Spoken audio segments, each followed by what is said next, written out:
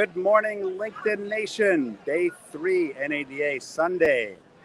Just a few more hours left to the show, but still some great information for those of you that are back home that were unable to attend. I'm with my good friend Sean Bells. Hey, folks. Trade Pending. And Sean's going to walk us through why you would want to look at this product for your store. So, anything you want to say before we jump in? No, well, I'm going to just give you an idea of how we use market data to give the best possible conversions, the most transparency, and the best customer experience on your website. Super. All right, let me go into the settings here so I can Flip the screen. They don't make this the most friendly, but nonetheless, it is what it is, so we have to deal with it. There we go. And here we go. All right. And there we go. So Trade Pending, founded about 8 years ago with the sole purpose of trying to give the consumers the best possible experience on the website. Typically, the website journey would be the consumer coming to the website using some type of book value, and whether it's one of our third-party competitors, that those book values can be non-regional, and they can also be historical data. So what we do is we go out on a nightly basis to 18,000 franchise dealerships, and we get market data. 18,000. 18,000. Daily. On a nightly basis, yes. We grab that data, and we're able to then utilize that data to take the consumer down the same journey that the dealership does. So when a consumer comes in with a book value and you're in market data, a lot of times that book value is higher, so it creates conflict within the selling process, correct?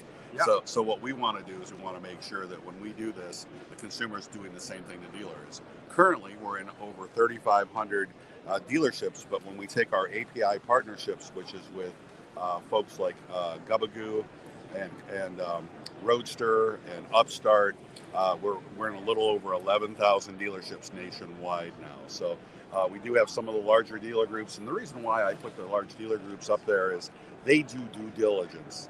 We're not going to be on 100%, which we are, of the Hendrick websites without them doing due diligence first. Yeah. We are their number 2 ROI and their highest lead source from their own website. What number? Number 2 ROI out of all their lead sources. Wow, and that's a big group too. Right, and we started small. We started in a certain number of dealerships, and it spread because we were so strong. Now they utilize our trade conversion tool, which is called Trade, coincidentally, and then they do use our badges product, which is taking all that data that we grab and creating excitement and value in information that we're going to place in a badge on the SRPs and the VDPs. It creates talk tracks that the BDC and the salespeople can use to stay away from price. So those are the things that we want to do. So at this point, I'm going to show you a couple slides, and then we'll go right into data. But I want to show you our saturation that we have. This is our coverage in the United States and Canada currently. So wow, that looks like my restaurants visits map on Google Maps. That does look like that for me also.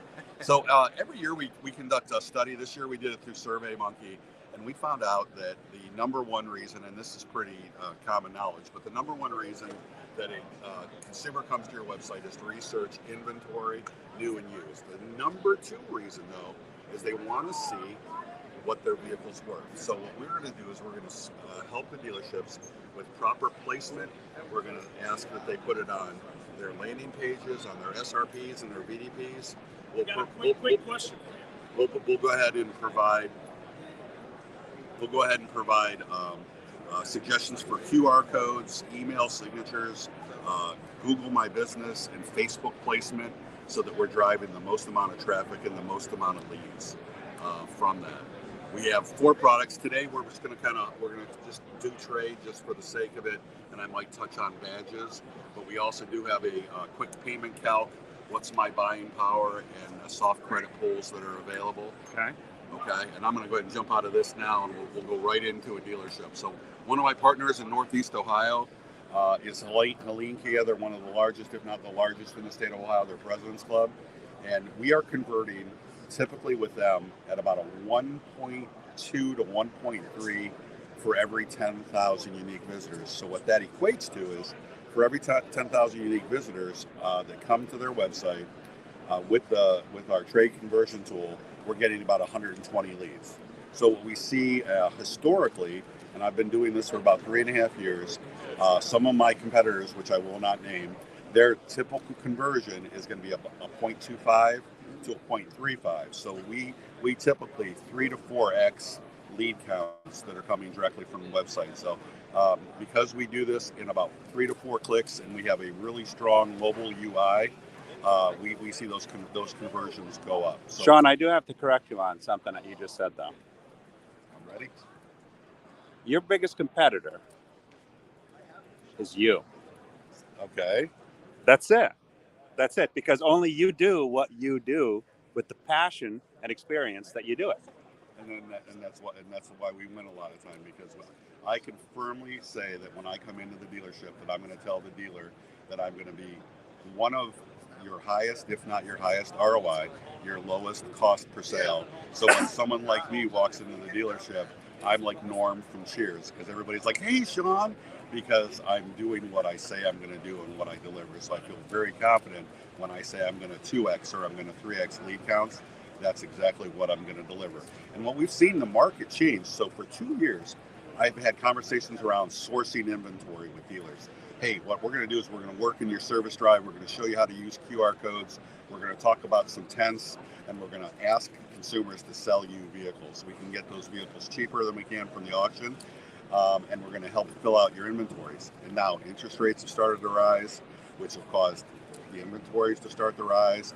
And so my conversation now is swinging back to leads, because I need more butts for the seats of the cars. Yeah. So now the dealers are listening to me. And what we found, I've been in the business long enough that I saw in 2008 and 2009 that I had a lot of dealers that were on the fence and thinking about making decisions. And those dealers that made the decision pre-2009, they were ahead of the wave, and they actually weathered that storm a lot better than the ones that fell behind that wave. So that's a lot of the conversations I'm currently having with my dealerships that I'm either trying to convert or I'm trying to upsell some products to is we're going to be able to help you get more leads from your website. I want to get rid of that plexiglass shield, or I want to take that funnel that looks like this and I want to turn it into a rain shower head so I can have those leads raining down on top of you.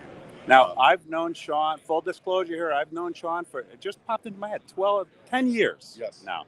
So Sean walks the talk. So I would take very seriously what he has to say. Yeah, So, I came out of the dealership world. I started in 1995. I was an early adopter for technology. We had a CRM right at my very first store that I was a general sales manager with. I was able to take a small, sleepy little Pontiac store from about 30 cars per month, both new and used, to about 140 cars a month. Awesome. New and used. With a great staff and a great team. Also, great ownership. So, all right, show us what you got. All right, so a lot like you use with Google or Amazon, I've got type ahead. I'm going to start typing in, and I'm just going to hit Optima. So say I'm driving my Optima, I can go ahead and pick my model, and you notice the very first thing I'm going to ask for is the customer information. I pop that information in, and typically that's going to populate automatically for most people anyway. Exactly. We have autofill usually on our phone or on our computers.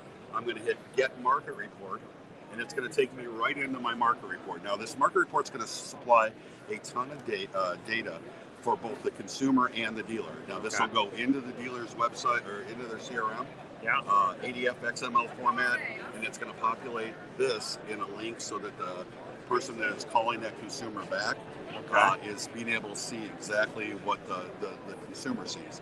And we see this range here. We like to do ranges, but the one thing that we do that, to the best of my knowledge, we are ahead of the market on is that we allow the dealer to customize their ranges and the numbers that they're presenting to the consumer. So if they're going after that top end of the market, we can slide that number over to the right. If they're trying to have a lower end, we can make that smaller. We can also make it a $1,000 range versus a $2,500 range, and we can move side to side. I talk about this as when I was growing up, and I had, if I was sick and I was home watching Price is Right, they had that red bar. As long as the red bar was in the middle of the MSRP, the contestant won the car. And I think we're in the same boat here. As long as we know what our market is, and we have the three bears of markets when we're out in the market. As long as the pre-owned manager or the GM knows what their market's like, we can create those custom ranges so that we're hitting exactly where the dealer wants to go. Now that's key because not every market's the same. Correct. And what may be good in one market may not be good in another. One market you might need to be within 500 to 1,000. Other markets, it's more open. So a flexibility like this, kind of covers everybody across the spectrum. Absolutely. And then you've noticed we really didn't ask for a lot of data on the front side, but we will ask for the mileage on the car. So if you see, this looks a lot like one of our friendly, one of the friendly products of another vendor. It looks a lot like the Viato graph that they have in there. So all of the competing cars to yours, where they are, what the pricing is. And what this is this is that Zillow experience. You feel, I feel that the consumer makes two major purchases in their lifetime, right? Yeah. They're going to go ahead and they're going to sell a house or buy a house. And if they have a good real estate agent or they do their due diligence, they're finding out what the comps are in the marketplace. Yeah. So facts don't lie, correct? So if a consumer can see, hey, they might say to me, hey, you know what? I really thought my car was worth $17,000. Now the consumer on their own can scroll up and say, you know what? My car really needs to have 17,000 less miles on it to be a $17,000 car. And so again, if we go around and let the consumer put their miles in here and say we're 49, then it's going to take that bubble and it's going to drop it down just a little bit. So again, this creates less conflict and allows the consumer to make those decisions of what their cars were. It's real cars in the market, so Real it's nothing cars in the personal. market. Yeah, so what we'll do is we'll start at 0 and we'll go a concentric circle out until we get to 25 to 30 cars at that point. Yeah. So these are cars that are for sale or recently sold. So we're not dealing with book data. We're not dealing with something that's non-regional. We're starting at a 0 concentric circle. Yeah. And then up here we can see what the demand is in the marketplace. So this is great. If I got a customer that isn't at the dealership yet, I can turn around and say to that consumer, hey, great news. My pre-owned manager sees that you have this car and it has a ton of value to us right now because we'll sell this car in probably just under a month. How soon can you come in and get a full appraisal of this car? I can also tell the consumer, hey, look, your car and the car like it has 37% less of them than in a local supply in the last 90 days. We are paying top dollar because we need to sell this car. So We're creating excitement. that substantiates, it helps the urgency. Yep, and now I'm going to take you behind the curtain. If we come all the way down, we're going to take the consumer through the same journey that a pre-owned manager would be when they're evaluating the car. Okay. Mr. Consumer, I'm going to offer you somewhere between 15.8 and 18.4. The reason why we have the range like that is this car might be super clean. This car is the car that the dog ate the back seat out. It smells like smoke and needs tires and brakes. Yeah. A ton of recon. And then we'll take them through the journey. Mr. Customer or Mrs. Customer, hey, we're going to have to discount that car when we sell it. We're going to have dealer recon, and that recon is intuitive. So it'll be standard recon, super highline, full-size truck, European highline, Asian highline. CPOs can go in here, CPO fees. So it's going to be intuitive to the dealership. And you control these numbers as a dealership. Depreciation is a certain number of days that's going to sit on the lot. And we know that from the historical view. Exactly, from up top. So it's going to feeding directly from that. And then the last three numbers are coming directly from NADA 2020 and what the dealership costs are. So what it's doing is it's taking the consumer down the same journey that the dealership goes, and it creates less conflict, more transparency and visibility, and we see grosses go up, and we see close ratios go up. Now, this is important to note because a lot of times somebody will not make a decision because they're not confident of the numbers or they don't understand the numbers. But if you lay it out piece by piece, and then you have real data from a respected source, they buy into it. That is correct. Because it's real. So another piece that we built in recently is we now have the ability to offer a little bit of an enhancement to this so that I can ask the consumer, I can do a little bit of lead gating, and I can ask that consumer, hey, what's your real phone number? What's your real email address? And then I'll go ahead and send them a link to this market report. Now that I have a better lead, I'm getting better close ratios. And I'm also then able to track that consumer's VDP visitation. So if that consumer visits a VDP, leaves the dealership's website, comes back on the BDC, VDP. At that point, then I'm going to alert the dealership. I got a hot lead for you. This customer left, came back. Please reach out to them coincidentally and see if they're still in the market for a car. That's a great. It's really strong for us at that point. So that kind of ties up our trade. The other thing that we will do is we'll offer the ability to in-house pull as many trade leads as you would like. So I can come in here, and this will not go into the dealership's CRM. This would be used. Oh, let me go ahead and do another one. Based on where I'm at, there wasn't any of those Siennas here. So let's go back in, and I'll just do a Corolla. So if you have your buy list, you can set your targets. Yeah, exactly. Well, what this would be, and this is how I would use it in the dealership, is every single person that I've done a trade appraisal for, I would print out this report. You see the little print button up here. And as long as it meets my criteria here of what we're trying to do with that consumer, I would print it out. I would send it out with the salesman. I would have it face down on the desk. Yeah. As the salesperson tells the consumer what their trade's worth, up until recently, he probably didn't have a lot of customers that said, hey, you gave me too much for my trade. That typical conversation is, oh, I really wanted $500 more for my trade. And the average salesman would say, if I could, would you, Mr. Customer? Right. If I'm going to go ahead and write down, customer will buy a car today if I give the customer $500 more. I'll draw a line, I'll draw an X, and I'll say, Mr. Consumer, please sign this. I'll have some power now to negotiate on your behalf. So instead of doing that, I say to the consumer, oh, hey, by the way, we use trade pending for a third-party validation, and you can see all these other cars in the market. Based on the cars in the market, facts don't lie. This is what your car is worth. So I may have a hard time getting you $500. The consumer then backs off and says, hey, if you can get me a couple $100 more, we can do a deal. Now we've saved $300 in gross. If we do that with every car and we sell 100 cars a month, think about the additional gross. Even on a small percentage of those deals, think about the number of gross that we can hold at the dealership level. That's cool stuff. So it's really strong. So that's our trade tool. I don't know how much more time we have. I'm more than willing to come back and talk about some of our other features on another show, but I really appreciate it. We had a great show at the booth. We have some great specials. I'm Sean Bells at Trade Pending.